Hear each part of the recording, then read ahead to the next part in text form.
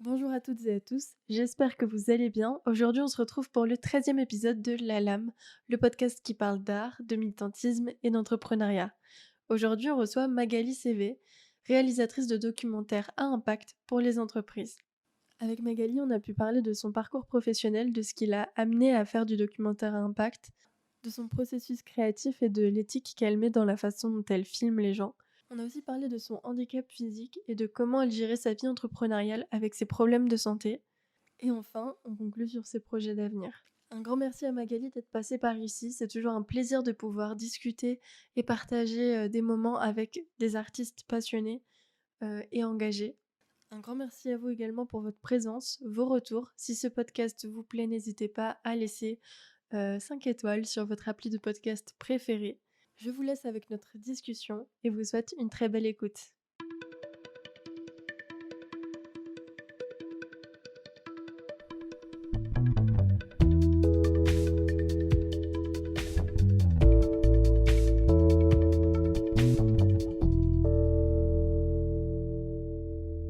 Eh bien, bonjour Magali. Bonjour Lise. Bienvenue sur La Lame. Merci d'être avec nous aujourd'hui. C'est trop chouette de pouvoir partager ton histoire. Donc, merci à toi. Merci à toi pour l'invitation. C'est trop cool. Ok, est-ce que pour les gens qui ne te connaissent pas, tu peux nous présenter un peu ton travail, ce que tu fais, qui tu es? Oui, alors je m'appelle Magali. Je réalise des films pour des marques et pour des associations, pour des artistes, pour des athlètes de haut niveau. Et je fais des films de marque que j'appelle films documentaires de marque. Je dis que j'appelle parce qu'en français on dit film de commande normalement, mais je trouve que les gens comprennent pas trop quand on dit ça. Ouais. Donc là l'idée c'est d'adopter un style très documentaire, mais pour faire de la com pour des projets. Ok. Et ce que j'aime avec ça, c'est qu'on peut vraiment avoir un style de film beaucoup plus sincère et vrai que ce qu'on a dans les vidéos corporate classiques. Mais du coup, la contrepartie, c'est que si les histoires en face sont moyennement intéressantes, ça va être un peu plus dur de faire une bonne vidéo. Donc moi, ça me permet aussi de faire un tri dans les histoires que je filme, dans mes clients. Donc j'ai déjà refusé 4 clients cette année. C'est aussi que si les histoires en face m'inspirent pas, j'ai pas forcément envie de faire ce genre de film pour eux. Et ça risque de pas trop marcher. Ouais, Donc pour moi, c'est un peu un garde-fou, notamment pour mettre en avant des projets que je trouve intéressants au niveau de l'impact sociétal, donc que ce soit au niveau environnemental, au niveau social, ou même dans la manière dont les entreprises sont gérées, etc. Voilà. C'était quelque chose qui était important pour toi aussi pendant tes études. Tu peux nous dire un petit peu ton parcours Oui, alors moi j'ai fait une école d'ingénieur en agronomie et en agriculture. Autant dire que j'étais pas forcément destinée à faire de la vidéo. Moi, ce qui m'intéressait quand j'ai fait cette école, c'était j'avais de base un grand intérêt pour les sciences, notamment tout ce qui est sciences nat, donc enfin biologie, chimie, etc. Et je voulais comprendre comment le monde vivant fonctionne. Je trouvais ça assez dingue qu'on puisse comprendre comment un être vivant est formé, ce qui se passe sur notre planète. Enfin, du coup, ça fait un peu un truc de waouh, la vie c'est assez fou. Et et donc, pendant mon école d'ingénieur, j'ai fait un master en agroécologie. Donc là, l'idée, c'était de comprendre, d'un point de vue agricole et agroalimentaire, qu'est-ce qu'on peut mettre en place euh, pour, euh, bah, pour respecter plus l'environnement et faire un peu moins n'importe quoi quand on produit à manger. Et c'était super intéressant, ça m'a beaucoup sensibilisée, notamment à des problématiques comme le changement climatique notamment. C'était un peu flippant à la fois parce qu'il y avait il y a notamment un enseignant-chercheur qui nous a dit qu'il y aurait des gros problèmes, qu'il y aurait des gros problèmes à Toulouse. Je crois qu'il avait dit 2050 ou 2030, je sais plus, au niveau de l'approvisionnement en eau à cause du changement climatique. Parce que j'étais étudiante à Toulouse. Donc quand t'as un enseignant-chercheur en face de toi qui te dit ça, ça te prend un peu au trip quand même. Mais ouais, c'était super intéressant comme étude. C'est juste que moi, j'avais besoin d'avoir une vision plus large sur le monde. Et en science, on a tendance à avoir une vision très précise des choses. Moi, je voulais prendre du recul. Ouais. C'est pour ça que je filme des gens. Qu'est-ce qui t'a amené à la vidéo du coup? Parce que la transition, il y a eu... comment elle s'est faite? Parce que passer quand même d'études d'agronomie à la vidéo, on est sur des projets vraiment différents. En fait, la vidéo, enfin, pour moi, c'était comme quelqu'un fait du basket ou de la danse. Moi, je faisais la vidéo. Ouais. C'était mon loisir. Je pense que je suis quelqu'un qui, depuis mon enfance, aime bien créer. Quand j'étais petite, je voulais faire dessinatrice. C'était ma première vocation. J'avais, je sais pas, 5, 6, 7 ans. Et, euh, et j'adorais dessiner. Et du coup, j'ai toujours eu ce truc, même en art plastique au collège, j'étais à fond. Genre dans ma classe, tout le monde s'en fichait de l'art plastique et moi, mais je me donnais comme si c'était ma vie, quoi. Du coup, j'ai trop aimé. Et le dernier cours d'art plastique au collège, on avait un sujet, c'était sortir de l'espace et on pouvait choisir le support de notre choix. Et moi, je me suis dit, le truc le plus dingue que je peux faire au niveau de la création, je me suis dit, c'est la vidéo. Genre, c'est magique.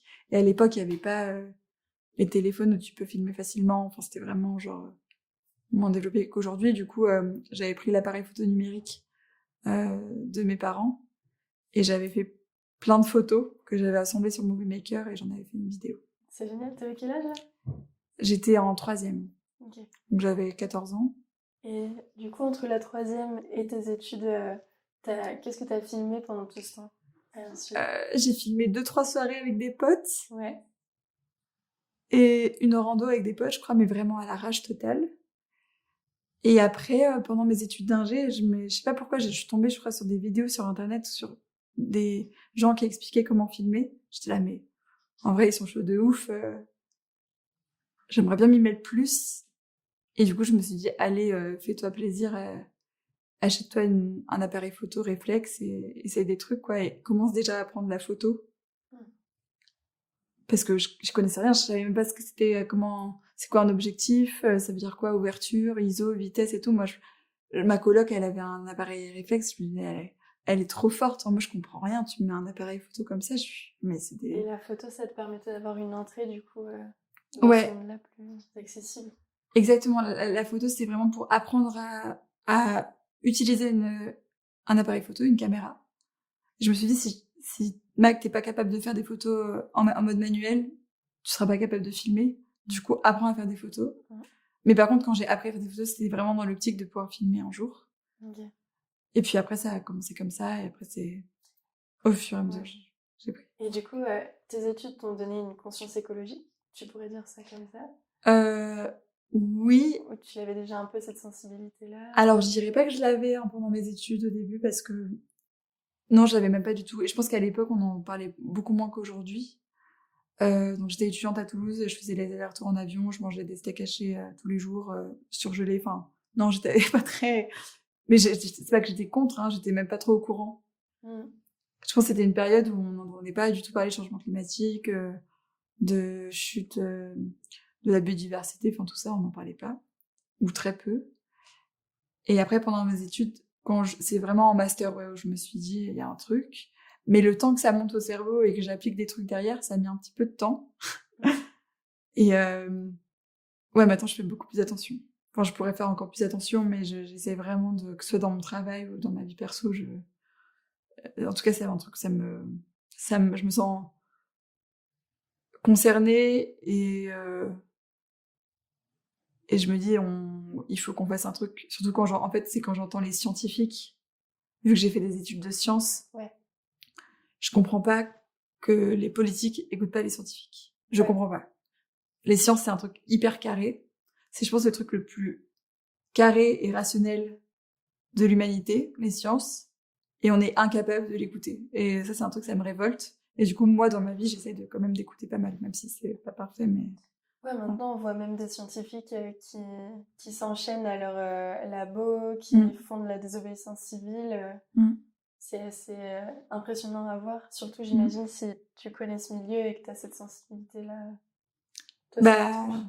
ouais, les scientifiques, tu dis, enfin, moi, je vois mes profs, le scientifique, on a un peu le cliché des scientifiques fous, un peu dans leur labo.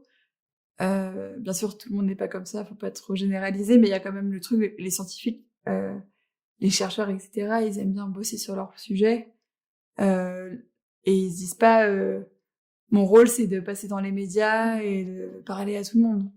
Après, il y a quand même des enseignants-chercheurs qui ont l'habitude d'être devant des amphis à s'exprimer, etc. Mais il y a plein de scientifiques, c'est pas leur travail, en fait, de sensibiliser en plus la population. mais ça en vient à un tel point qu'ils se sentent obligés de le faire parce qu'on les écoute pas. Et je trouve on est une espèce un peu débile là-dessus, quoi. On a quand même la chance d'avoir accès à un savoir qui est incroyable. Je veux dire, il y a quelques centaines d'années en arrière, même il y a 100 ans, je suis pas sûre qu'ils pouvaient prédire le changement climatique. Nous, on peut le prédire, c'est incroyable de se rendre compte de ça. Mais non, on n'en fait rien. Ou pas grand-chose. C'est drôle parce que je trouve que ça fait un point avec ce que tu disais sur quand tu as fini tes études, tu avais besoin d'avoir une vision plus globale des choses et un recul pour plus être dans cette chose très spécifique justement de la science comme tu la faisais à ce moment-là.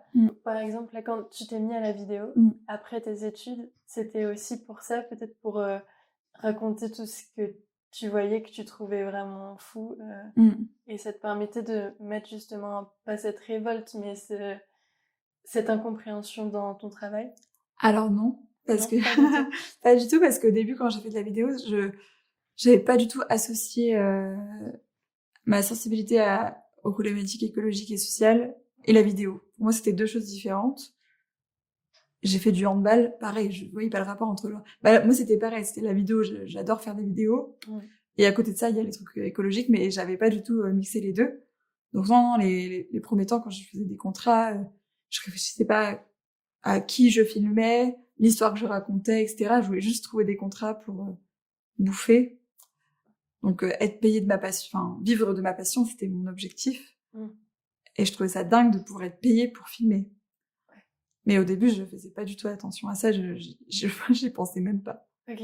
Et comment t'as trouvé tes premiers contrats? T'as travaillé dans quoi au début, du coup? Alors, la première fois que j'ai eu un contrat payé, c'était un pote d'un collectif qui s'appelle Instinct Créatif, que j'embrasse. Et du coup, c'est des potes à Toulouse, on fait des courts-métrages ensemble, des courts-métrages et moyens-métrages de fiction. Donc, j'avais commencé avec eux pendant mes études. Et c'est des gars, parce qu'il y a quasi que des gars, qui étaient en école d'ingénieur aussi, pas la même école d'ingé que moi, mais une autre école d'ingé. Et du coup, il y en a pas qui sont devenus ingénieurs, sauf un, Adrien, qui lui maintenant bosse en tant que chef opérateur et surtout étalonneur. Et donc lui, il m'a appris beaucoup de choses. Et en fait, c'est lui qui m'a dit, bah Mag, je vais filmer pour mon école d'ingé. J'aimerais qu'il y ait une deuxième personne au cadre, donc à la caméra.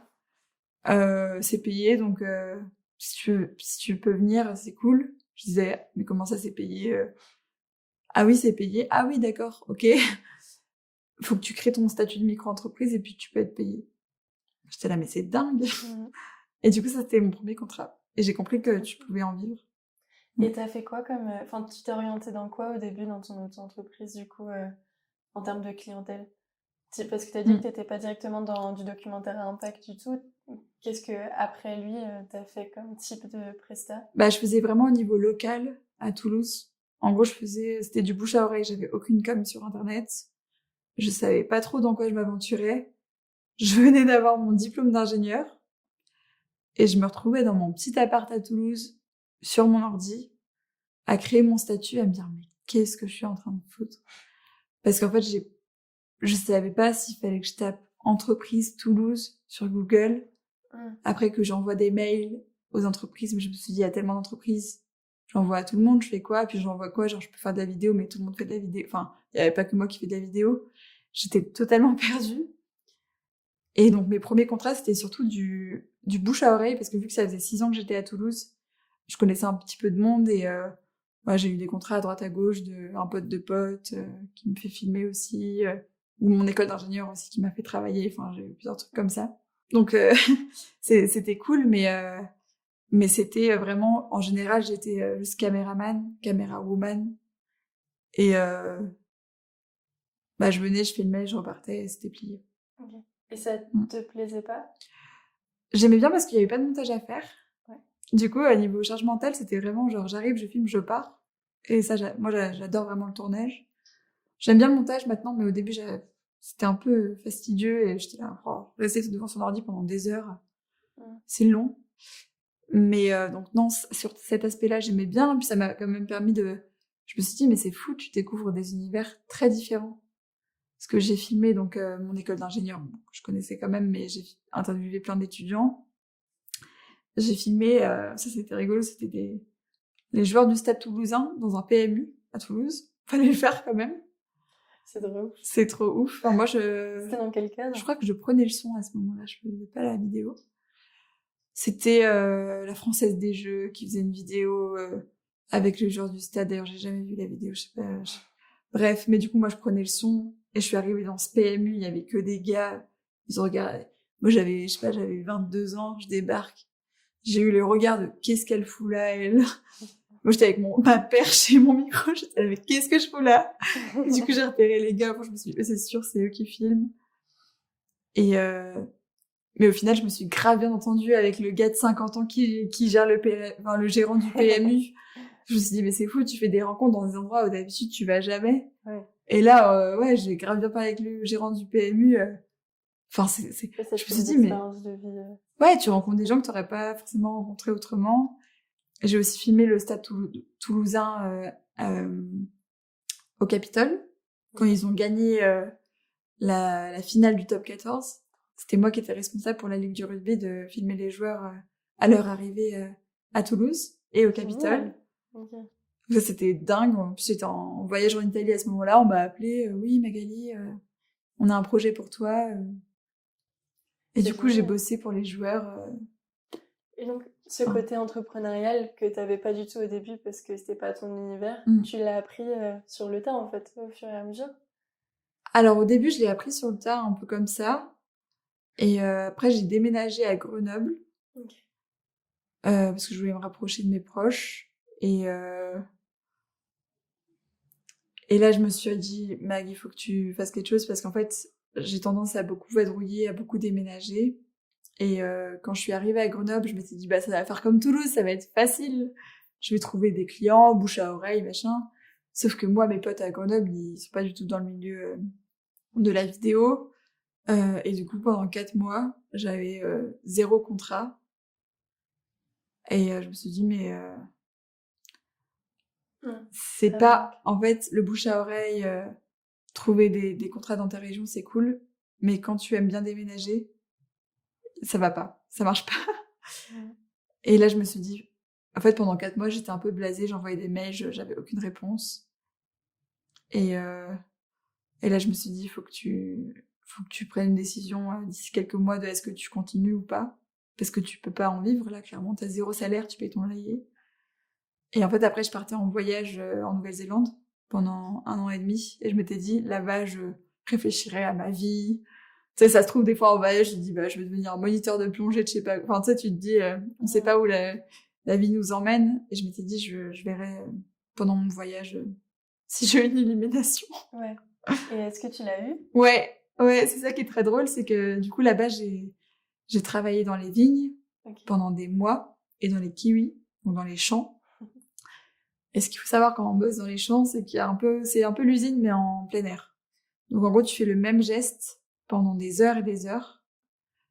Et tu te fais chier, hein, clairement, il n'y a pas d'autre mot. Après, des fois, j'étais avec des potes et on mettait de la musique et tout, mais c'est un peu ennuyant quand même de faire le même geste pendant 8 heures. Et qu'est-ce que tu fais dans ce cas-là? Tu réfléchis. Tu penses, mais aussi t'écoutes de la musique. Ouais. Et au bout d'un moment, la musique, bon, ça fait déjà 3 semaines que t'écoutes de la musique, donc t'écoutes des podcasts.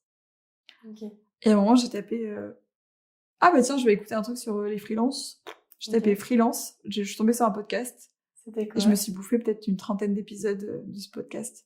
C'était Young, Wild and Freelance de Thomas Burbidge, qui est un entrepreneur qui fait des formations pour les freelances et enfin des accompagnements pour les freelances. Et il a une vision qui changeait beaucoup de ce que j'entendais partout. Il avait une vision très humaine, entre guillemets, du business. Et j'étais là, oh, c'est cool. Parce que moi, j'avais vraiment un problème avec le mot marketing. J'avais une relation à l'argent un peu genre en mode l'argent c'est pas très bien, le marketing c'est vraiment pas bien. Et du coup, j'avais du mal à me dire je vais entreprendre parce que je voulais pas trop faire de la com et tout. Je trouvais ça pas très bien de faire ça.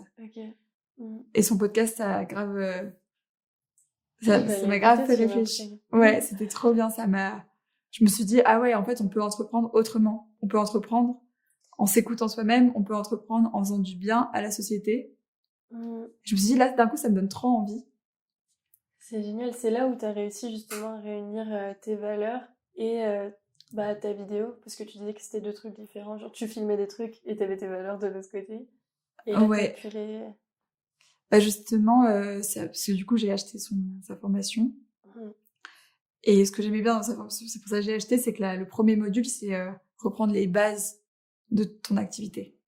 C'est pas de dire comment tu construis ton offre, comment tu prospectes, comment tu envoies des mails, comment tu peux sur LinkedIn. Les bases, c'est se dire qui je suis, qu'est-ce que je veux, où je veux aller, Mhm. comment je me vois dans 1 an, dans 3 ans, dans 5 ans, dans 10 ans. Et du coup, de construire une entreprise à partir de ça. À Mhm. partir de tes valeurs, à partir même de ce qui te plaît De ta aussi, de vision. ton mode de vie que Mhm. tu veux, etc. Et moi, ça me rassurait vraiment de pouvoir me dire, je fais les bases. Et comme ça, quand je communique derrière, c'est pas pour rien. Parce que j'avais peur de développer un truc qui me corresponde pas et que ça me saoule au bout d'1 an. Et donc, dans le premier module où on réfléchit aux bases, il y avait le côté valeurs. Et je me disais, mais attends, dans tes valeurs, t'as l'écologie, etc. Déjà, j'étais en Nouvelle-Zélande, donc j'ai failli pas partir 2 semaines avant. Parce que je me disais, je traverse la planète. Ok. Je suis quand même partie parce que voilà, c'est un rêve un peu de gamine, quoi. Mhm. Mais ça m'a pas lâché la dissonance cognitive, elle s'est même empirée au fur et à mesure du voyage. Ah ouais. Ouais, ça m'a vraiment, c'est je pense, un des pays les plus loin de la France. Donc t'as quand même 35 heures d'avion. Mhm. Là, je pense que le bilan carbone, il est juste, Mhm. voilà, c'est un peu, c'est pas fou. Du coup, il y avait ça, et il y avait le truc de la vidéo, c'est de la com. Je fais de la pub, en fait. Et quand j'étais petite, quand j'étais en primaire, je crois, au collège, j'avais demandé à mes parents, mais papa, maman, je comprends pas. Il y a plein de gens qui meurent de faim. Il y a, je sais plus, je crois 1 milliard de personnes qui sont qui sont en sous-nutrition, un truc comme ça, et je sais plus combien de millions qui sont en famine. Il faudrait tant d'argent pour les nourrir. Il y a tant d'argent en marketing et en communication. Pourquoi on balance pas l'argent de la com et du marketing pour nourrir les gens? Mhm. Et c'était vraiment une question d'enfant. Il faut juste pivoter. Enfin, c'est simple. On prend l'argent de la com, on s'en fout des pubs et on nourrit les gens. Mhm. Et quand j'étais petite, je comprenais pas pourquoi on pouvait pas juste. Enfin, j'ai l'impression que c'était Ouais. deux montagnes d'argent. Il fallait juste pivoter, quoi. Mhm. Et du coup, là, je me suis dit, putain, maintenant j'ai 23 ans et je fais de la pub. Alors que quand j'étais petite, je me disais ça et ça collait plus dans ma tête. Ouais. Et j'en ai parlé un peu avec mon formateur et j'ai beaucoup réfléchi et je me suis dit, bon, toi, t'aimes bien filmer. J'avais des études d'agronomie pour nourrir les gens, mais en fait, en agroalimentaire, en agronomie, il y a beaucoup de scandales, Ouais. beaucoup d'entreprises où j'y mettrais pas les pieds. Donc, c'est pas parce que tu produis de la bouffe que c'est bien, je Ouais. trouve. Et je m'étais dit, moi, j'aurais pas l'énergie d'être agricultrice ou quoi, mais par contre, j'adore filmer. Et est-ce que quand même, avec mes vidéos, je peux pas faire un truc pour un peu améliorer les conditions d'autres êtres humains? Ok. Et là, j'ai dit, ok, bah faut que tu boycottes. Faut qu'il y ait des Mhm. trucs que tu dises non, je veux pas vous filmer. Et c'est Ok. peut-être con parce qu'il y aura plein d'autres gens qui le feront, mais au moins, je me dis, si tout le monde faisait ça et qu'on arrêtait de filmer des trucs, on se dit, bah c'est pas bien, entre guillemets, Ouais. pour le monde, bah il y aura plus le pouvoir de la vidéo pour eux et ce serait magique. Mhm. Et du coup, je me suis dit, ok, tu vas boycotter, tu vas sélectionner tes clients. Ok. Ouais, Mm. donc t'es reparti de la Nouvelle-Zélande avec ta vision de ton entreprise en main, quoi. Ouais, T'es reparti exactement. avec ça. Je suis repartie avec ça. J'ai aussi réfléchi beaucoup au type de vidéo que je voulais faire. Donc, j'ai vu les vidéos de R.J. Bruni, qui est un réalisateur au Canada qui fait des documentaires de marque, de base, parce que là, maintenant, il fait plus de pubs pour les SUV en pleine forêt. Oh non! Et ça Il a m'énerve. re-switch? Et oui, il a switch. Enfin, bon, je suis un peu déçue, mais en tout cas, il m'inspire beaucoup en termes de créativité, de manière dont il filme. Je trouve qu'il a une très belle manière de filmer. Et je me suis dit, ok, je vais m'inspirer pas mal de ce mec. Et ce mec s'inspire du documentaire. Donc en fait, je vais explorer le style documentaire de marque. Et en anglais, ils disent branded documentaries. Donc là-bas, c'est vraiment documentaire de marque. Et je me suis dit, ok, tu transformes ça en français. Et après, tu exportes ce style, tu te l'appropries, tu le travailles. et tu l'appliques à des histoires que tu as vraiment envie de filmer. Et c'est là que je me suis dit, ok, j'ai mon style. Enfin, je sais vers quoi je veux aller. Je veux faire du documentaire pour des marques ou pour des assos, ou peu importe l'organisation en face. Mais je veux filmer en mode... je filme les vraies émotions. Ouais.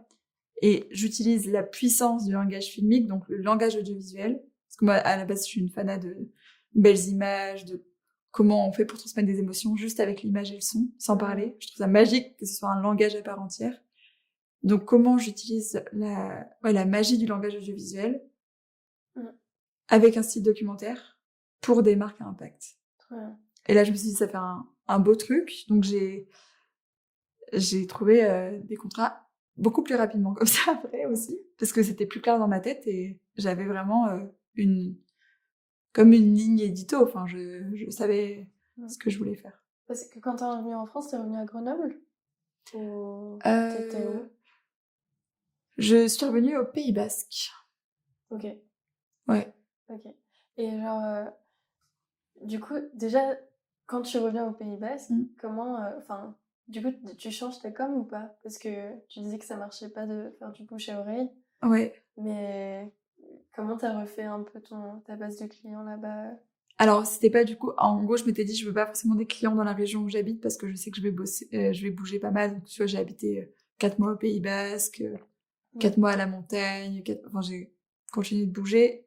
Du coup, je voulais plutôt être présente en ligne et j'étais prête à traverser la France pour faire des contrats. Okay. Mais du coup, il fallait que ce soit des contrats un peu plus gros que juste arriver, filmer une journée et repartir. Okay. Et donc, non, c'est plus, en gros, je prospectais des clients par mail. Okay. Et en fait, dans ma formation que j'ai suivie, il y avait un challenge qui avait été lancé par Thomas, qui était, le challenge, c'est vous prenez 50 portes. Et la première personne qui arrive à 50 portes, elle gagne le challenge, elle gagne un séminaire en gros. 50 non-réponses 50 réponses non. Ok. Et fallait pas que ce soit des vents, fallait pas que ce soit... Okay. Ils te répondent pas, fallait que ce soit... Les gens répondent, mais ils répondent non.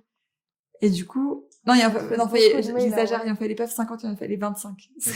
50, ça commence à faire beaucoup. J'ai envoyé 50 mails et j'ai eu un très bon taux de réponse de mails, parce que je crois que c'est... Enfin, c'est rare. J'ai eu un taux d'ouverture de mail de 50%. Enfin, en tout cas, sur 50 mails, j'ai eu 25 réponses. Ouais, j'ai eu 25 réponses. Ce qui est, je crois, énorme. Et en fait, dans ces mails, je racontais...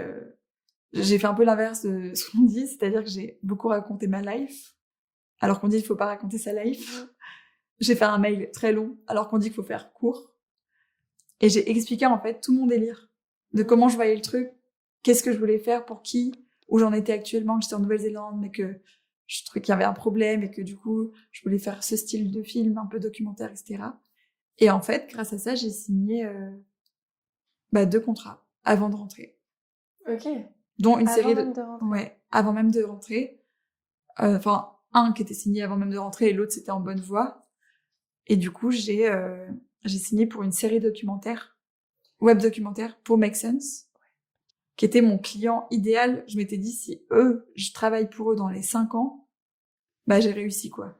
Et bah c'est le premier client que j'ai eu en rentrant en Nouvelle-Zélande. Donc j'étais dingue, j'étais là mais c'est pas possible, avec un mail. Et en fait, eux, à ce moment-là, ils voulaient faire une série, ils cherchaient quelqu'un pour réaliser.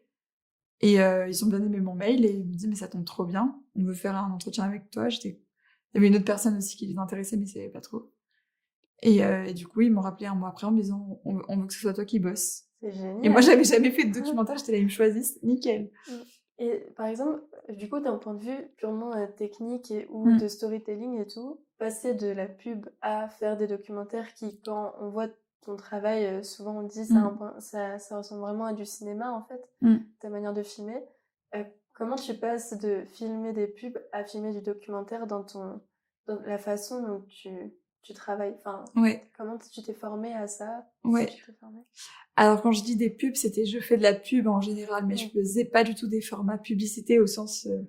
parce que la pub, c'est un format un peu à part entière, où c'est des formats très très courts de 30 secondes, voire moins, où tu mets 100 000 euros pour avoir un truc de 30 secondes qui passe à la télé. Moi, j'étais pas là-dessus. Mais par contre, j'étais sur un style très corporate. En fait, je reproduisais ce que je voyais, donc bah voilà, c'est genre ok, je vais te filmer, Louise, pour parler de ton activité de photographe. Bah je vais te filmer, je vais te poser des questions, ça va durer 10 minutes, tu vas me dire bonjour, je m'appelle Louise, ou tu vas apprendre ton pitch par cœur, tu vas avoir ta petite feuille avec ton truc écrit. Je m'appelle Louise, je suis photographe, machin, et tu t'expliques ta vie. Et puis il y a de temps en temps, il y a des plans à droite à gauche de B-roll, donc c'est les plans qui vont couvrir l'interview, où on te voit travailler et basta. Et ça, c'est un style corporate pour moi, qui me saoulait au bout d'un moment, parce que tout le monde fait ça. Et du coup, je me suis dit, je vais travailler le truc en faisant un style documentaire. Et en fait, quand je suis entrée en Nouvelle-Zélande, le réalisateur dont je te parlais, R.J. Bruni, il a lancé une formation audiovisuelle. Je me suis dit, mais j'aime tellement le style de ce mec, ça tombe trop bien qu'il ait sa formation. Et en fait, c'était vraiment ça, la formation est très adaptée pour des gens qui veulent faire du documentaire de marque. Et donc là, j'ai vraiment repensé la manière de filmer, notamment grâce à cette formation. Et maintenant, je m'inspire beaucoup de comment on fait un documentaire de 52 minutes ou enfin des formats plus longs. Et moi, j'essaie de l'adapter dans des formats beaucoup plus courts. Ta première expérience dans vraiment le style que tu voulais pour ta boîte documentaire à Make Sense, qu'est-ce que ça t'a appris? Qu'est-ce que t'en as retiré? Comment tu l'as vécu? Déjà, j'ai kiffé de ouf le tournage. Pour moi, j'étais en colonie de vacances. Enfin, j'étais en voyage. Je sais pas comment le dire, mais parce qu'en fait, j'ai filmé 5 collectifs différents à travers la France, avec à chaque fois 2 personnes différentes de Make Sense. Make Sense, c'est un incubateur et une association à Paris qui incube justement des entreprises à impact, ou qui va aussi sensibiliser les citoyens et les citoyennes sur les enjeux écologiques, sociaux, etc. Et ils sont une centaine de salariés. Et du coup, à chaque fois, je rencontrais 2 personnes de Make Sense à chaque épisode, parce qu'il y avait 5 épisodes dans la série. Et en fait, j'étais en immersion dans un univers à chaque fois. Donc j'ai filmé, par exemple, les colocations Lazare. Ce sont des colocations entre anciens sans-abri et jeunes actifs. Donc en gros, j'ai interviewé des personnes qui ont vécu dans la rue, ce qui est pas rien comme expérience. J'ai pu filmer l'après-M dans les quartiers nord de Marseille, où c'était un McDo à la base, et il y a eu un problème entre les salariés et McDo. Les salariés, ils ont voulu reprendre le McDo parce que le McDo, je crois que c'était un truc où il allait fermer, et ils voulaient garder leur emploi. Et du coup, ils ont dit non, c'est notre travail. Enfin, ça nous appartient. Et du coup, ils ont créé l'après-M, l'après McDo. Donc, j'ai pu parler avec ces gens-là. J'ai pu parler avec l'association Rebelle à Paris, qui permet à des jeunes femmes de quartier populaires d'imaginer une carrière où elles ont vraiment envie d'y aller, une carrière qui leur plaise, et de casser un peu toutes les couches de syndrome de l'imposteur, de couches de j'habite dans un quartier populaire, je suis une femme, je suis racisée, etc. Donc eux, ils accompagnaient les jeunes femmes à oser. Donc en fait, il y avait plusieurs collectifs comme ça, et moi, en fait, je vivais le truc en live. Et mon rôle, c'était de vivre le truc et de le retransmettre derrière. Donc, c'était trop dingue. Je me suis dit, mais en fait, j'adore faire ça. Et à ce moment-là, ça existait déjà, All Heroes, ou pas du tout? Alors, à ce moment-là, j'avais le nom. En fait, le nom, ça fait longtemps que je l'ai. C'est quand j'ai créé ma micro-entreprise et que j'avais pas du tout la vision. C'est trop drôle parce que ça marche grave avec ce que tu fais. Ouais, parce que je sais pas, à l'époque, je me disais déjà, c'est cool de filmer les gens. Je sais pas, je pense que j'y pensais déjà un peu, mais peut-être inconsciemment. Je m'étais dit, faut que je trouve un nom, mais qu'est-ce qui te parle? Je dis, j'aime bien les gens, j'aime bien les vraies histoires.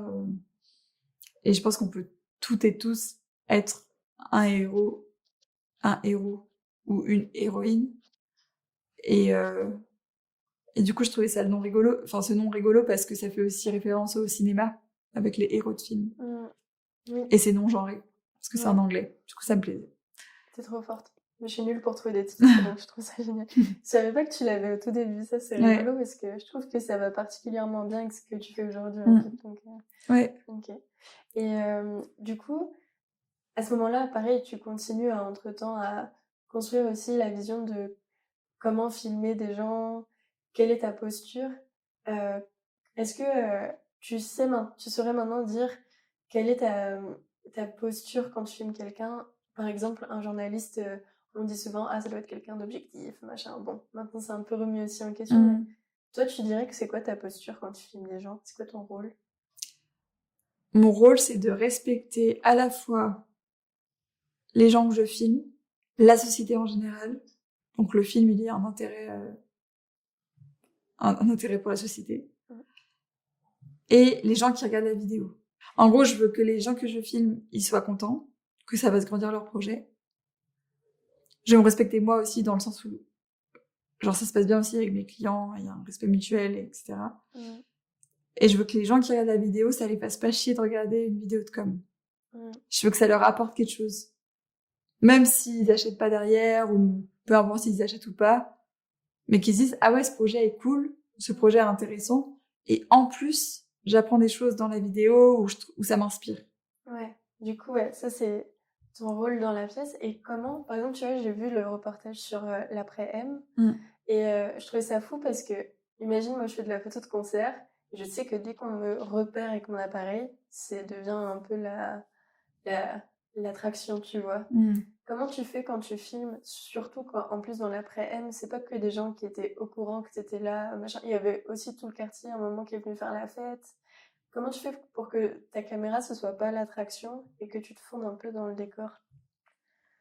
Bah, j'ai envie de dire, c'est même plus facile quand il y a beaucoup de monde. Ouais. Parce que, bah, tu te noies dans la foule, quoi. Là où ça peut être plus gênant pour les gens, c'est justement, bah, par exemple, là, il y a pas longtemps quand j'ai filmé l'entreprise en charpente, je suis passée dans tous les bureaux, il y a tous les salariés qui bossent sur leur ordi. Et moi, d'habitude, j'essaie d'être discrète et ça marche, mais là, c'était un peu dur parce que t'arrives, c'est des espèces de open space où t'as, je sais pas, entre 3 et 10 personnes, et ils sont sur leur PC, donc voilà, comme ça. Et moi, j'arrive, je suis debout, je suis avec ma caméra, je veux pas trop dire bonjour pour vraiment pas du tout les faire comme si ils me voyaient pas, ou je dis bonjour, mais c'est tout. Mais après, là, ils sentent la présence parce qu'ils sont assis et que moi, je me balade et j'ai beau essayer de faire tout ce que je veux. Et du coup, ce que je fais, c'est que quand ils me regardent et que je suis en train de filmer, j'arrête de filmer, puis je me balade. Et puis je vais boire un café. Et puis je fais genre, je regarde d'autres trucs pour voir, ah bah tiens, je peux filmer là et tout, alors que je fais pas du tout ça dans ma tête, c'est juste que je fais genre, je fais autre chose, eux ils se remettent dans leur truc, et là, bam! Ouais, ok, carrément. Je vois. Et comment, par exemple, est-ce que tu aurais des techniques pour, imaginons, je sais pas si ça t'est déjà arrivé d'avoir quelqu'un vraiment d'hyper stressé et qui descend pas en mal à l'aise devant la caméra. Comment tu mets quelqu'un à l'aise? Pour les interviews, tu parles? Par exemple, ouais. Alors, les interviews, j'adore faire les interviews. Parce que je trouve que il y a beaucoup de gens qui pensent que ça va être très dur. Et du coup, j'adore essayer me dire comment je peux déjouer ça, comment je peux réussir à creuser dans les tripes des gens, mais qu'ils se sentent en sécurité, que ça se passe bien pour eux aussi. Et donc, la technique, c'est que j'interviewe les gens longtemps et que je garde peu de phrases au final. Et donc, je leur explique déjà le ratio, et en général, ça la roule. La pression, elle redescend parce que je leur dis, bah, sur 20, 30 minutes ensemble, voire 1 heure, je vais retenir 30 secondes, 1 minute max. Et là, ils sont là. Ah, bah, ça va. Ouais. Enfin, tu sais, genre, bon, faut juste qu'à un moment, je dise un truc bien, mais... Et du coup, ils sont déjà beaucoup moins stressés. Et après, il y a des trucs aussi, je fais un peu d'humour. Donc, je dis des trucs, genre, faut former un ballon devant la bouche pour que je mette le micro. Donc, je vois tous mes clients qui sont comme ça. Et ça devient... Enfin, c'est un jeu, en fait. Je le tourne un peu en mode jeu. On fait des claps, enfin... Et il y a aussi de dire... de mettre un cadre safe. Genre, s'il y a une question qui te dérange, on peut couper. Tu me le dis, y a pas de souci. Si tu veux faire une pause toilette, si tu veux boire un coup, si tu veux boire un café, etc., y a pas de souci. Il y aura le droit à l'image, donc tu auras un droit de regard sur la vidéo finale. Si t'aimes pas que ce soit ta gueule ou ce que tu dis, il y a pas de souci. Et vraiment de rassurer les gens en disant il y a quand même le droit à l'image en France. Je peux pas faire n'importe quoi, puis même par respect, j'ai pas envie de le faire. Et puis là, les gens, ça, en fait, de faire tout ce cadre, ça rassure vraiment beaucoup les gens. Sera diffusé uniquement ce avec quoi t'es OK totalement, quoi. Ouais.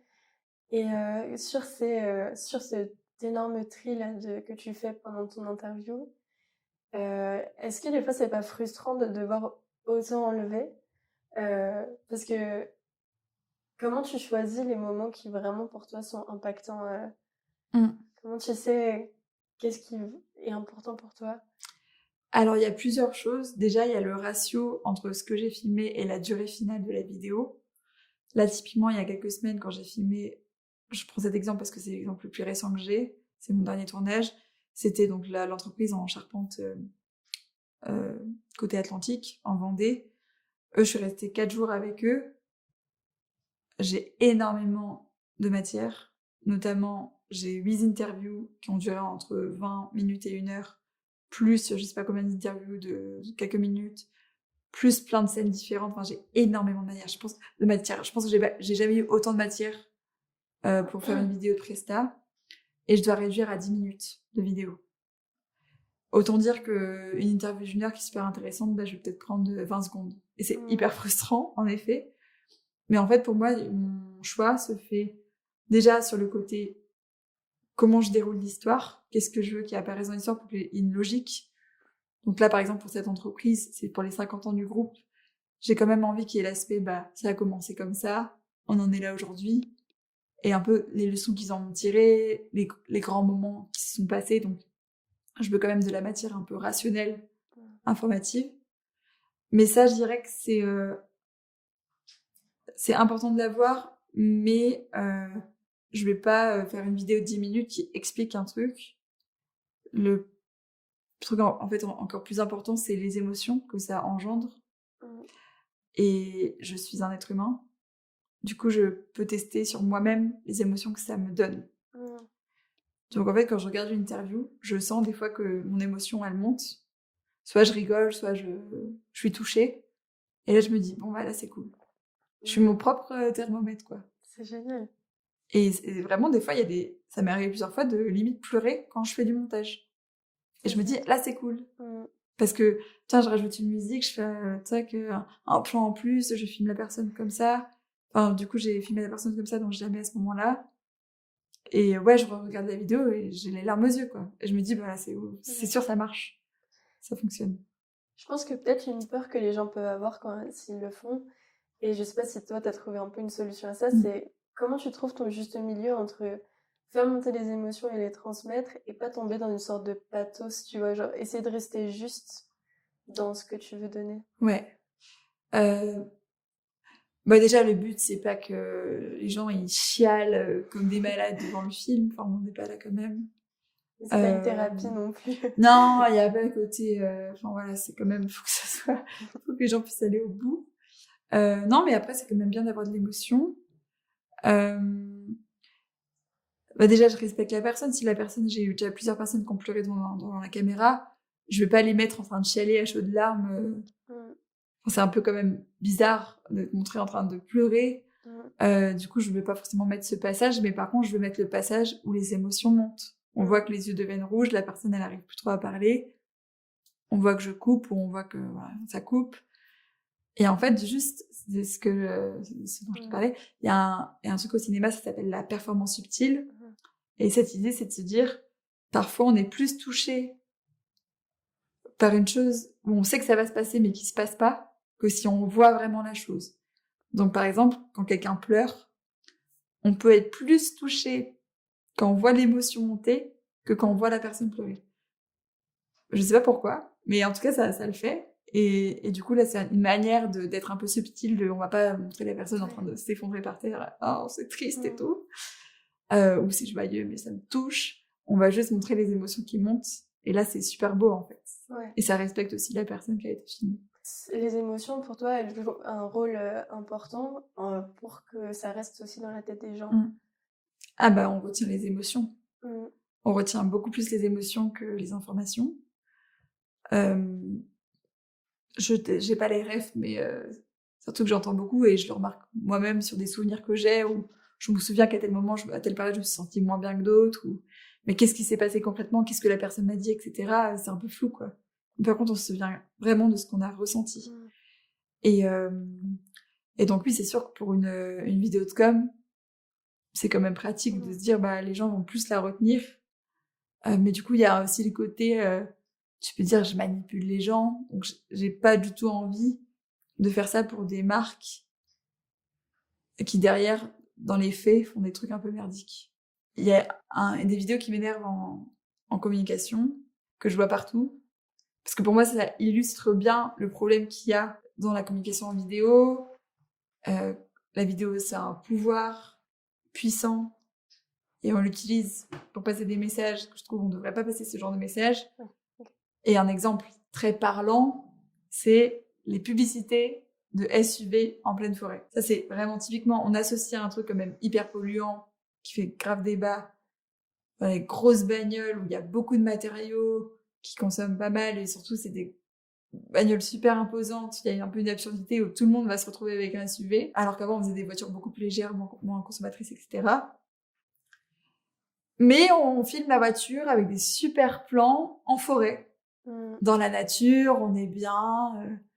Et en fait, on associe vraiment le monde végétal et la nature au SUV. Et on dit rien, mais on associe les deux. Et pour moi, ça, c'est du greenwashing. Mais c'est peut-être pas assez explicite pour que ce soit reconnu comme du greenwashing. Mais pour moi, c'est du foutage de gueule. Ouais. Et ça m'énerve. Ça, tu disais en gros que pour toi, du coup, les représentations ont un impact fort sur nos comportements en société, en fait. Oui, on en a fait un film avec mes potes là de Toulouse, d'Instinct Créatif, qui s'appelle Pantin. Donc c'est pas moi qui l'ai écrit, c'est Nico, notre réalisateur. Et moi j'étais chef opératrice sur ce projet. Et du coup le film, donc c'est un moyen métrage qui dure 30 minutes et qui parle du fait que en fait on est finalement un peu manipulé tout le temps, enfin influencé. Peut-être pas manipulé, mais tout nous influence. Tu lis un bouquin, tu regardes un film, tu fais une soirée avec des potes, tu rencontres des gens, tout influence. Donc en fait, t'as une responsabilité, d'autant encore plus quand tu fais de la com, d'influence sur les gens. Ouais. Et j'ai l'impression qu'on compartimente un peu, on se dit, bah, c'est sûr que faire un film où on parle de pollution, etc., c'est pas bien de faire ça, mais à côté de ça, faire une pub pour un truc polluant, bah, il y en a, ils vont accepter de le faire. Après, c'est chacun avec sa morale et chacun fait ce qu'il veut, mais pour moi, il y a quand même, il y a un truc de faire attention à ce qu'on raconte. Non, le truc que je voulais dire, c'est que aussi, il y a un truc qui est un peu dommage, c'est que les gens, j'ai l'impression, après c'est pas tout le temps le cas encore une fois, mais les entreprises qui réfléchissent vraiment à leur impact sur la société, ou les associations, ou enfin les personnes qui veulent améliorer le monde dans une certaine mesure et faire du bien aux autres, il y a le truc de, notamment d'un point de vue environnemental, elles ont envie d'être hyper carrées dans leur com pour prouver que ce qu'elles disent, c'est bien. Par exemple, on veut prouver avec des chiffres, avec des stats, qu'on a un bilan carbone plus faible, ou on veut prouver qu'on prend plus le train que la voiture. Enfin, en fait, on veut de la preuve. Et sauf que ça, il y a vraiment ce stress d'être bien propre dans sa com pour bien faire les choses. Et le problème, c'est que du coup, ces personnes se coupent des émotions. En fait, elles veulent tellement bien faire les choses qu'en vidéo, elles vont moins se lâcher. Ouais. Et ça peut être super dommage parce que au final, c'est des projets qui peuvent grave apporter au monde. Mais les personnes ont peur des émotions parce qu'elles ont peur de faire du greenwashing ou de manipuler. Ouais. Elles ont peur de manipuler les gens, mais en fait, au contraire, il faut qu'on utilise l'émotion pour développer les projets impactants pour le monde. Il faut qu'on arrête d'utiliser l'émotion pour des projets où c'est une catastrophe, notamment d'un point de vue écologique. J'ai l'impression que c'est un truc que fait beaucoup Camille Etienne, par exemple. Je Mm. sais pas si tu as regardé un peu Ouais, je regarde un peu ce qu'elle fait, ses ouais. vidéos, et genre elle fait des vidéos où elle dit des textes limite en ayant les larmes aux yeux, en pleurant. Il y a Ouais, sa pote qui danse derrière au milieu de la montagne. Et elle utilise vraiment beaucoup et surtout le côté philosophique, émotionnel ouais, dans ce qu'elle fait. Et ça, ouais. pour toi, ça marche. Bah, c'est cool, Mm. ça touche les gens. Après, Camille Etienne, c'est vraiment le côté activiste ou Mm. très, très engagé. Et dans les vidéos qu'elle fait, elle s'exprime très, très bien aussi à l'oral. Donc, Mais c'est vrai que toi, tu filmes des gens moi, je filme des gens qui n'ont pas du tout qui font que ça. l'habitude. Ouais. Et d'ailleurs, des fois, je prends l'exemple de Camille Etienne. Je fais, vous n'êtes pas Camille Etienne. Ouais. Donc, on va... Enfin, si la personne, c'est pas une oratrice, et c'est le cas de la majorité des gens quand même, il y a peu de gens qui ont cette capacité à embarquer les foules en Mm. parlant. Et du coup, c'est aussi, d'un point de vue visuel, comment on travaille ça, c'est qui est Carrément. intéressant. Mais oui, je pense qu'il faut vraiment qu'on s'autorise à aller dans l'émotion. Ouais. Parce que si on s'autorise pas ça, on est mort. En face, t'as Coca ou je sais pas qui, McDo ou machin, Total, qui vont faire des pubs hyper émotionnelles. On est foutu. T'as des choses que t'aimerais filmer là, qui te viennent en tête, je sais pas, des projets dans l'idéal. Qu'est-ce que t'aimerais raconter? Qu'est-ce que t'aimerais filmer à l'avenir? Il y a un projet que j'ai en tête. Je peux en parler, ça me dérange pas de spoiler parce que je sais pas quand je le ferai. C'est plus par rapport aux femmes. Parce que je suis une femme qui filme et il y en a pas beaucoup. Il y en a de plus en plus, j'ai l'impression, mais on est quand même assez minoritaire. Et du coup, j'ai envie d'utiliser le fait que, enfin, je sois une femme qui filme pour détourner le male gaze et d'apporter mon regard de femme sur les femmes. Mm. Notamment, j'aimerais bien faire un film ou une série documentaire où je filme des femmes qui ont des passions et qui sont pas forcément les meilleures du monde. Parce qu'on voit beaucoup des femmes dans des passions un peu masculines, entre guillemets, mais c'est toujours les championnes. Mm. On voit pas les nanas qui vont faire du skateboard dans le skatepark à côté, qui sont pas championnes, mais juste elles kiffent faire du skate. Ou Mm. elles kiffent faire du surf, ou elles kiffent, je sais pas, faire du vélo de route, ou enfin, il y a plein de sports comme ça, ou plein de domaines où on est quand même moins présente, notamment en termes de divertissement. Mm. Et j'aimerais trop faire parler des femmes sur ce qui les anime dans ces passions-là, Mm. sans parler du fait qu'il y a du sexisme. Ok. Pour leur laisser juste l'espace, on parle de ta passion. Ouais. On parle pas du fait, et alors du coup, ça fait quoi d'être une femme dans un milieu d'hommes? Mm. Parce que, en fait, à chaque fois, ça nous rappelle le fait qu'on est une femme dans un milieu d'hommes. Et des fois, juste de faire des vidéos où on n'en parle pas, et que les femmes Ouais. puissent s'exprimer, genre en mode, moi, je kiffe ma vie en faisant la vidéo, je kiffe ma vie en faisant ça, en faisant de la batterie ou des concerts ou je sais pas quoi. Ah, ça fait du bien quand même. C'est normaliser ça. Ouais, parce qu'en fait, il y a beaucoup de mecs qui interviewent des femmes et qui viennent sur le sujet, mais du coup, ça fait quoi d'être une femme dans un milieu d'hommes? Enfin, laisse-nous juste Mm. parler de trucs autres, quoi. Enfin, juste, prenons l'espace aussi sur des trucs où on parle de ce qui nous plaît, ce qui nous anime. Et ça, j'aimerais bien en faire plus. C'est une question de rôle modèle aussi. Plus tu vois de femmes qui parlent de leur passion et que vraiment elles réussissent dedans et qu'elles aiment ça, et plus toi tu t'autorises aussi à y aller en tant que femme après. Oui, c'est exactement le côté rôle modèle. Ouais. Toi, t'en as eu en cinéma? Non. En vidéo? Non.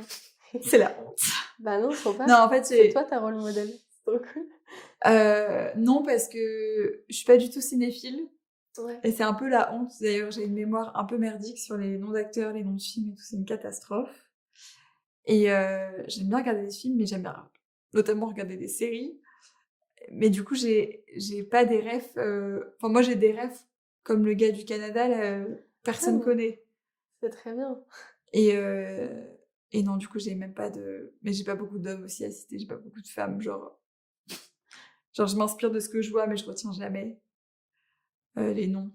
Je pense qu'il y en a beaucoup qui sont comme toi. Enfin, moi, je suis comme toi, par exemple. J'ai fait même du ciné en études et je trouve ça aussi cool de s'inspirer de ce que t'aimes vraiment. Et Ouais. on n'est pas obligé d'avoir des citations qui datent de 150 ans juste pour être stylé. Pour faire des trucs si, ouais.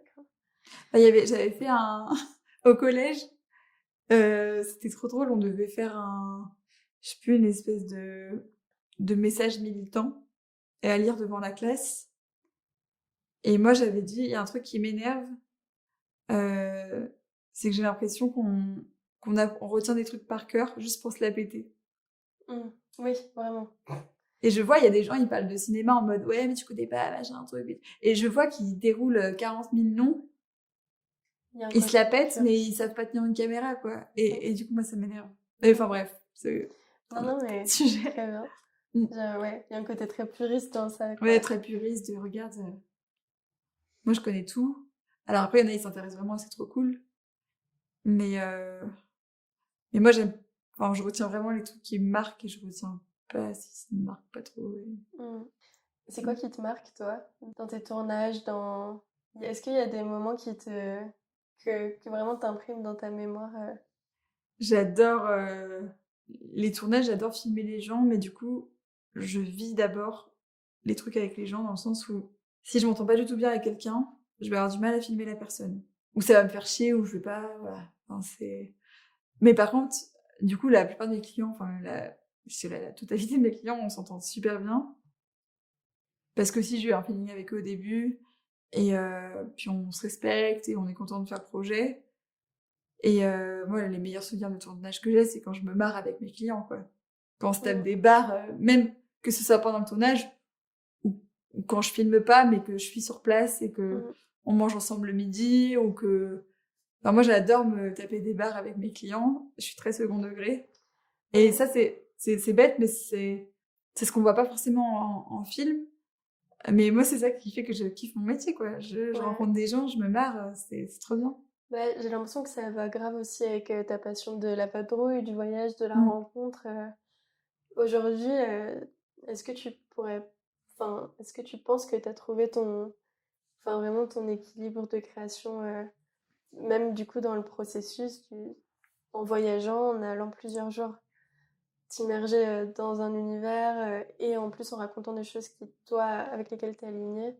Ouais, je pense que j'ai grave trouvé un bon équilibre là-dessus. J'aime bien faire des tournages un peu longs. De passer quelques jours avec mes clients, d'habiter dans leur région pendant quelques jours, de les voir un peu au quotidien.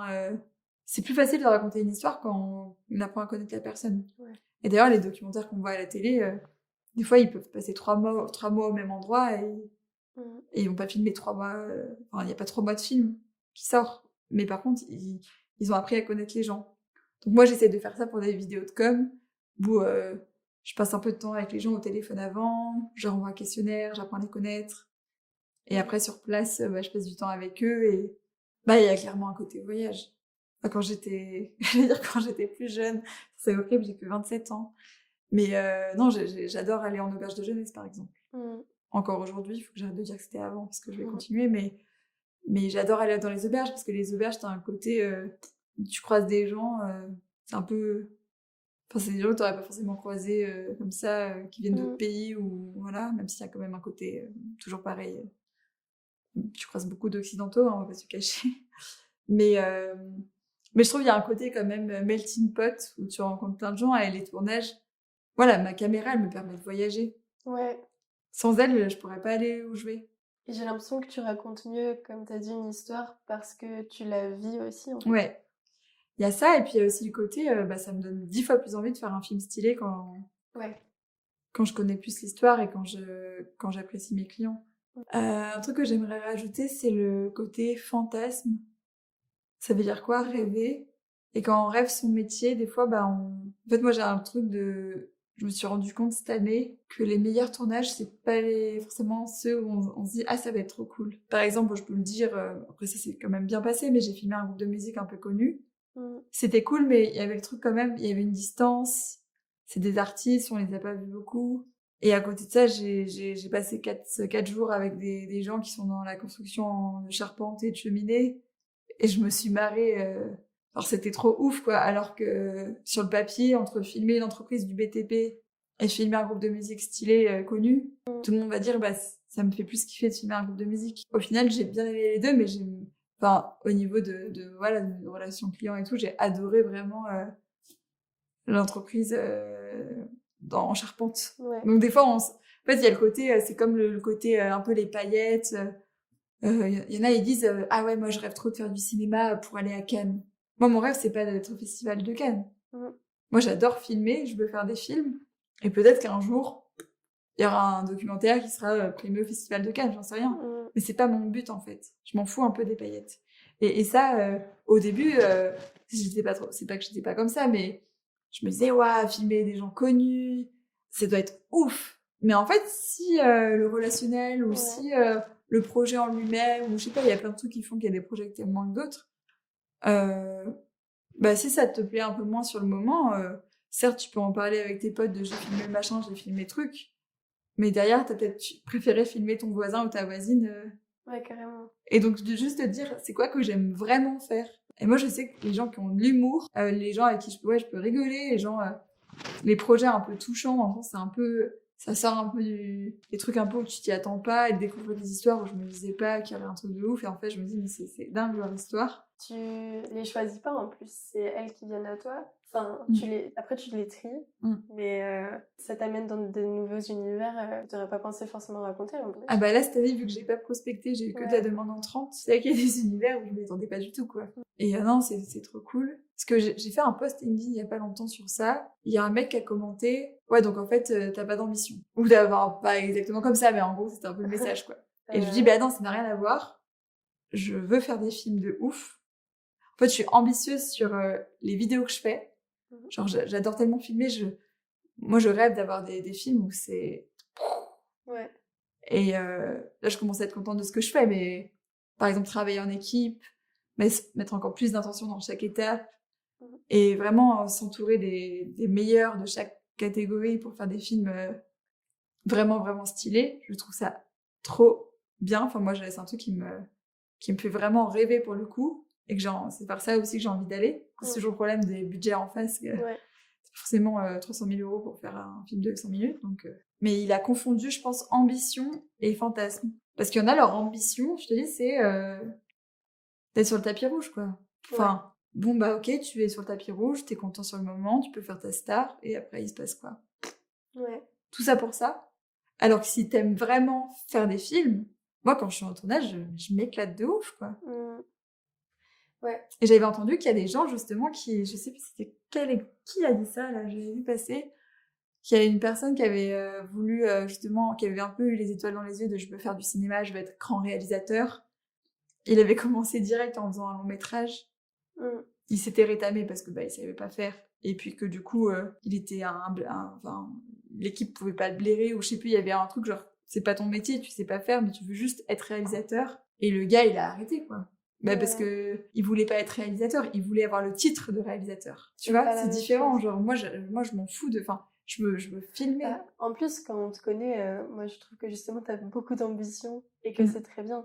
Genre, enfin, cette question de « Ah, t'as pas d'ambition, ça n'a rien à voir ». Je pense que t'as beaucoup d'ambition et de rêve et que ça se ressent beaucoup quand on te côtoie et même dans les films qu'on voit.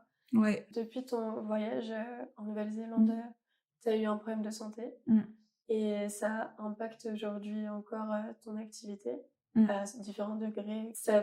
Qu'est-ce que ça a comme impact justement quand t'es en gros réalisatrice indépendante d'avoir un handicap physique? Bah c'est chiant. Moi en gros je me suis fait mal dans les billes.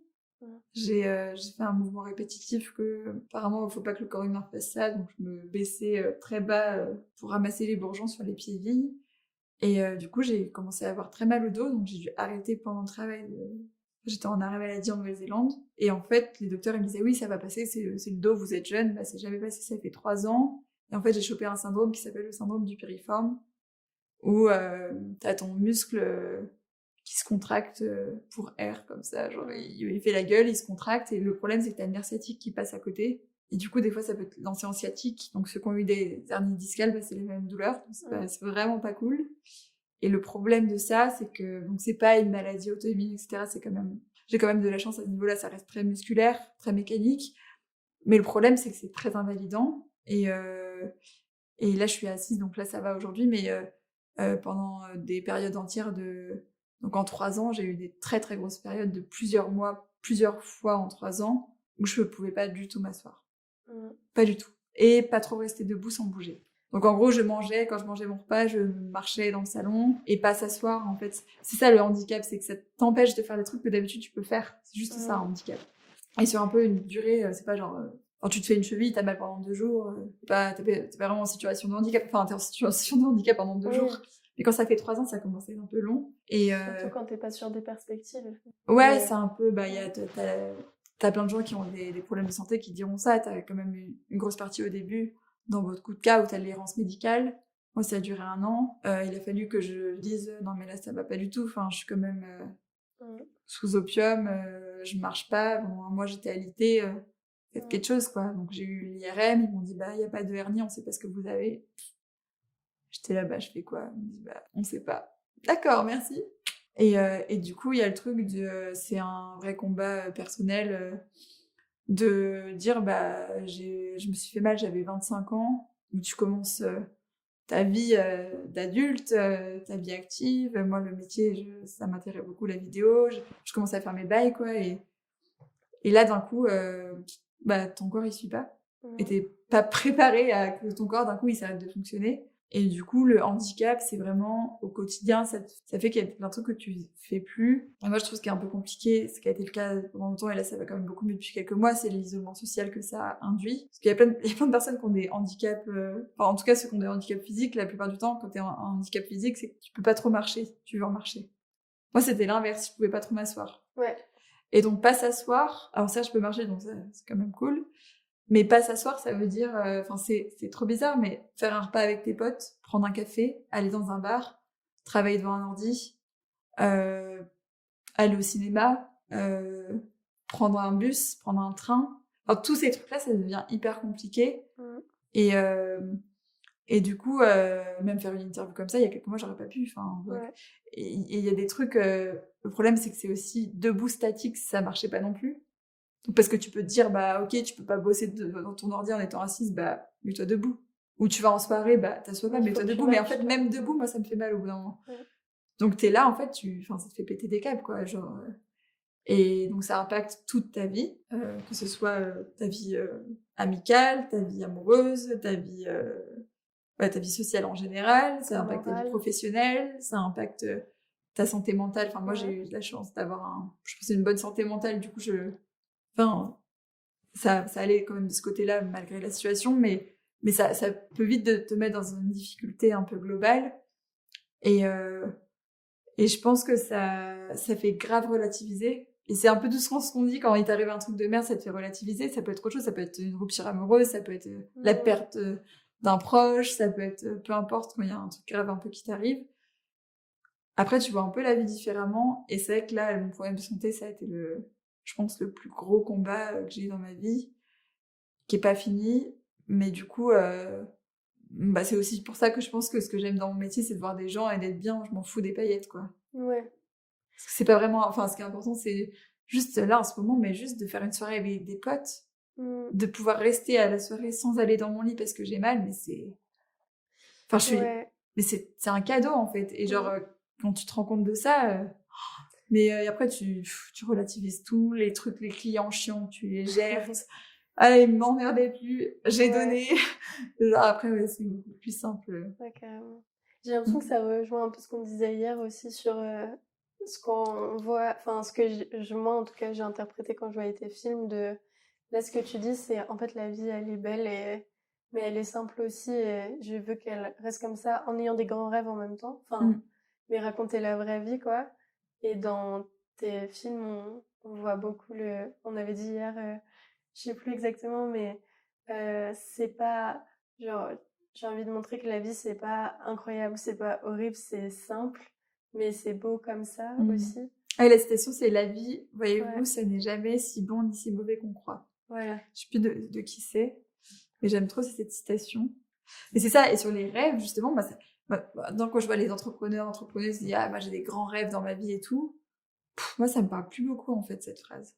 Enfin, je trouve que c'est intéressant d'avoir des rêves, mais d'être hyper honnête avec toi-même de c'est quoi un rêve pour toi. Et en fait, moi, c'est un peu horrible ce que je veux dire, mais je m'étais imaginé si un jour je fais une vidéo sur mon syndrome, parce qu'il y a quand même plein de patients. On a un groupe Facebook de soutien entre patients qui sont en galère totale. Il y en a, ça fait 20 ans qu'ils ont ça, il y en a, ils sont au bord de suicide, quoi. Enfin, parce que moi, j'ai une version, on va dire, intermédiaire. Mais ceux qui ont des versions vraiment graves, ta vie, elle est foutue. Enfin, c'est très compliqué. Et encore, nous, notre syndrome, on a de la chance de se dire, on va peut-être s'en sortir. Et t'as des maladies où c'est encore plus compliqué que ça. Mais en tout cas, quand t'as un handicap ou une maladie, c'est un truc genre... Enfin, moi, je me suis dit, si je dois visualiser mon rêve le plus cher en ce moment, et encore là, ça va mieux, mais je sais pas, c'était il y a 6 mois quand j'étais allongée dans mon lit et que je pouvais pas marcher. Mon rêve, c'était, en vidéo, j'aurais fait ça, une salle vide, une chaise au milieu, et c'est ça mon rêve, quoi. C'est de m'asseoir. Ouais, c'est ouf. Avec, tu sais, des belles lumières, une chaise, en fait, juste sans coussin, parce que je m'assois sur un coussin, et juste me dire, j'ai pas posé mon cul sur une chaise depuis 2 ans, quoi. Ouais. Et ça, c'est un truc, mais genre, sur une chaise sans coussin. Ouais. Mais voilà, ça, c'est un rêve. De m'asseoir sur une chaise. Je dis pas que on a tous, on peut avoir des rêves beaucoup plus gros que s'asseoir sur une chaise, bien sûr. Mais du coup, tu repenses un peu à qu'est-ce qui est important dans ta vie. Ouais. Est-ce que, par exemple, ton problème de santé a influé sur aujourd'hui ta vision de la vie, des choses et ce côté un peu terre à terre, mais dans le bon sens du terme? Je pense que c'est au niveau mes émotions à moi.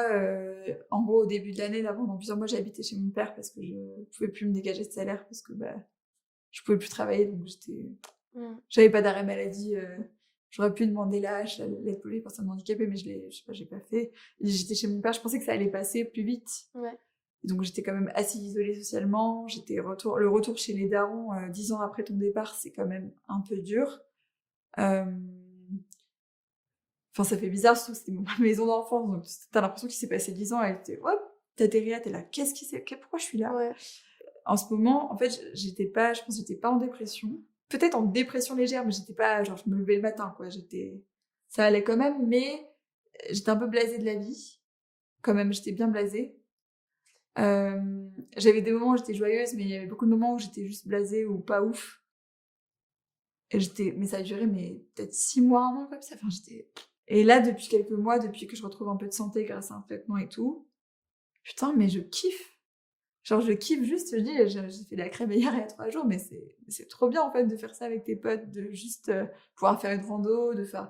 Enfin, je me dis, mais c'est trop cool. Et du coup, je pense déjà que je retrouve ma joie de vivre que j'avais avant, donc ça me fait plaisir. Et je pense que ce qui a changé, c'est pas le côté rêve, comme je te disais, mais c'est aussi le côté... je pense que c'est vraiment ma force mentale. Et c'est un peu cliché, mais c'est vrai, j'ai l'impression que je suis beaucoup moins atteignable qu'avant. Enfin, je sais pas, il y a des trucs avant, ça me faisait chier ou ça pouvait me rendre triste. Maintenant, je suis en mode, c'est pas grave. Ça a replacé tes niveaux d'importance, quoi. Ouais, ouais, de ouf. Et du coup, il y a le truc de, j'ai l'impression que, enfin, c'est exactement ce que je te disais. Cette année, j'ai dit non à 4 potentiels clients. J'avais aucun scrupule. J'étais là, vous me parlez mal, vous me respectez pas, vous me posez des lapins, ou ce que vous faites avec votre entreprise, je trouve vraiment, vraiment pas ouf. Au revoir, merci, quoi. Ouais. Ça m'a donné une espèce de force pareil, le côté entrepreneurial. Avant, j'avais peut-être plus peur. Maintenant, vu ce que j'ai fait quand j'étais malade, enfin, avec ce problème de santé, je me dis, t'as fait ça avec un mi-temps ou un tiers-temps, parce que j'avais que ça à foutre, mais du coup, je choisissais les trucs vraiment, je me disais, c'est important que je le fasse, donc je fais ça, mais je peux pas tout faire. Et j'ai réussi à avoir des résultats en étant comme ça, avec ce problème de santé. Et du coup, je me suis dit, mais maintenant, en fait, demain, mais ça se passera bien, parce que potentiellement, je vais être mieux au niveau de la santé, donc c'est sûr que ça va bien se passer, quoi. Ouais. Tu te sens forte pour l'avenir, là. Ouais, je me dis ça, je me dis, quand t'as pas de soucis de santé, franchement, ça va, quoi, l'entrepreneuriat. Mais c'est horrible de dire ça, parce que j'en ai tellement chié au début. Non, mais là, j'ai tellement une contrainte supplémentaire que voilà, ça t'a donné un peu un super pouvoir d'un côté aussi, mentalement parlant. Ah oui, c'est sûr. Ouais. Et c'est important, ça, dans l'entrepreneuriat, le mental aussi. Ouais. Après, j'ai toujours eu ce côté, j'aime pas l'injustice, donc je sais que je suis un peu caractérielle quand il se passe des trucs injustes, mais ouais, voilà, maintenant, je stresse beaucoup moins pour plein de trucs. Et tu te projettes bien, là, pour les prochaines années? Justement, vu qu'il y a la santé, quand même, je me projette pas trop à long terme. Genre, je me dis, ça va quand même beaucoup dépendre de ça. Soit je guéris totalement, soit je guéris pas. Donc, ça va quand même jouer pas mal sur la suite. Donc, à ce niveau-là, je sais pas trop. Après, il y a quand même un truc où Là, je bosse en indépendante. J'adore la liberté que ça procure. Mais je suis quelqu'un d'assez sociable et j'aime bien voir plein de gens. Je sais pas si tu connais le test des 5 portes là de Non. Fabrice Midal. Là, c'est un gars qui avait fait ce livre où tu peux tester ta personnalité. Et je l'ai fait. Il y a notamment aussi Alexandre Dana, qui est le directeur de Live Mentor, le fondateur de Live Mentor, qui l'avait fait. Et ce mec-là, je l'ai au téléphone, là, Alexandre Dana, et je pense qu'on est pareil là-dessus. Il avait fait le test aussi, il est porte rouge. Et moi, c'est sûr, si je suis porte rouge. Et la porte rouge, c'est les gens pour qui nous, on se nourrit des relations. Moi, j'adore les relations. J'adore voir plein de gens, etc. Et c'est vraiment un truc qui m'anime dans la vie, c'est un moteur. Et donc, dans tous mes meilleurs souvenirs de vie, je suis toujours avec plein de gens. Alors qu'il y en a, ils sont plus un peu, ils aiment bien tout seul, au calme et tout. Moi, j'adore faire la fête, j'adore être avec des gens. Quand t'es chef d'entreprise, c'est un peu dur de dire chef d'entreprise quand t'es indépendant, t'as l'impression d'arnaquer tout le monde. Tu sais, t'es chef d'entreprise, mais t'es tout seul dans ta boîte. Mais par contre, le côté les patrons, c'est les patrons, quoi. Un peu, genre, il y a les salariés, les patrons, il y a la CGT, tu vois. On n'aime pas trop les patrons, quoi. Et du coup, je me suis jamais dit, un jour, j'aurai des salariés, machin, parce que je me reconnais pas trop dans le cliché des patrons qu'on a. C'est pas du tout un truc qui me donnait envie. Et je m'étais dit aussi, je suis pas quelqu'un qui aime écraser les autres, du coup, je serai jamais patron. Et là, pour avoir filmé donc les dirigeants de LCA, HL, j'ai tellement aimé la manière dont ils sont chefs d'entreprise. Ou Alexandre Dana aussi, qui m'inspire pas mal. Ou enfin, ce genre de boss, en fait, qui écrasent pas les autres, qui sont juste cool. Et certes, au niveau de l'organisation de la boîte, ils ont une vision, ils lead l'équipe. Il y a un côté un peu capitaine d'équipe de sport, mais pour que ça fonctionne. Et après, j'imagine c'est pas non plus tout rose tout le temps, mais globalement, je trouve que c'est quand même hyper inspirant et ça me donnerait envie d'avoir une équipe, quoi. Trop cool. Mais que mes salariés, ils soient en mode on kiffe notre travail, on aime bien venir au travail, on boit des coups tous ensemble et on fait avancer le gros bateau qui est notre boîte tous ensemble.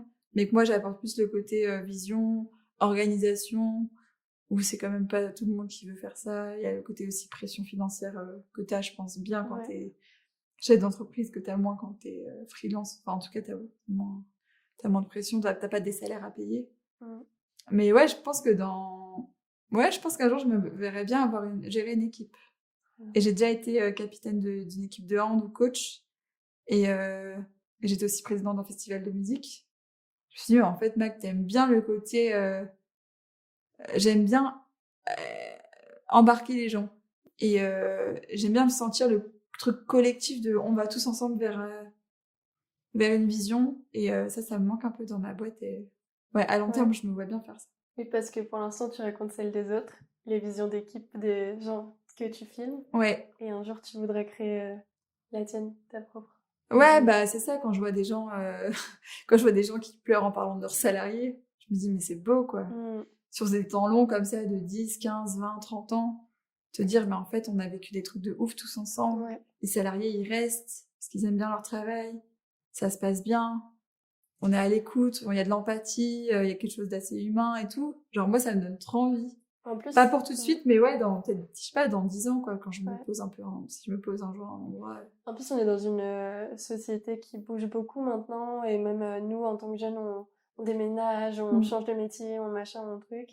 Et c'est aussi un peu nostalgique d'un côté, mais les deux sont très bien, de penser des fois à des temps longs et à des visions longues du travail, de l'avenir, des relations.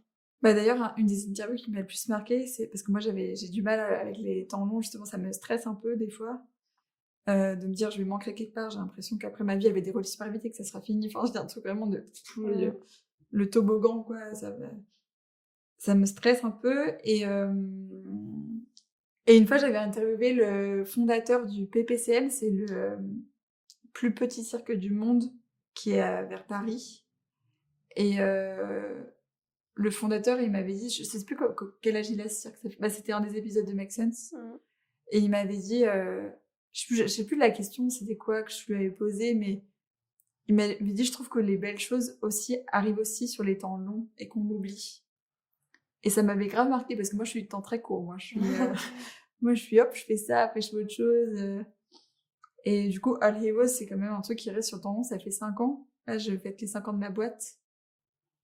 Et donc, c'est ma plus grosse construction personnelle qui dure, quoi. Enfin, c'est un peu mon bébé, quoi. Je sais pas comment dire. Et c'est cool, en fait, que les années passent et que ça dure. Je trouve ça chouette.